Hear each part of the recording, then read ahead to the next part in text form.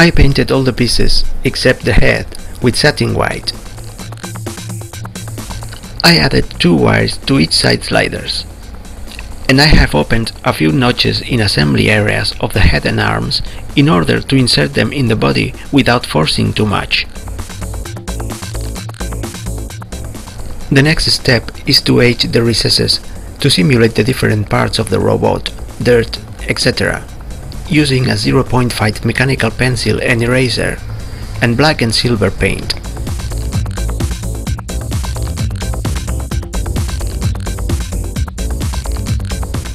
Rear view of the main body.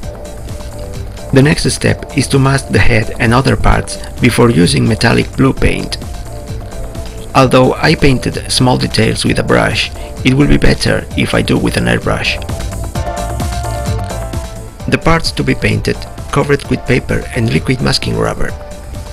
I glued a plastic tube into the head to manipulate it easily. The pieces once painted. I have also blackened the bottom parts of the sliders. The head already painted with metallic blue. I wait until the paint is dry enough and remove the protective masks.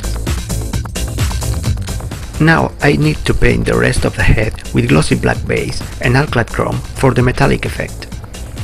I have to mask it again, this time protecting the blue areas. The head painted in glossy black.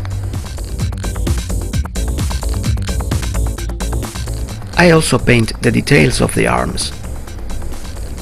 Once the black is dry, I use alclad chrome.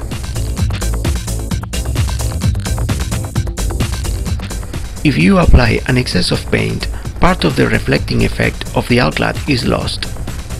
It's just what I want, because the head of the droid is not chrome, but rather like stainless steel. Once dry, I rub with a soft cloth to remove the metallic dust generated by the airbrush and remove the protective masks.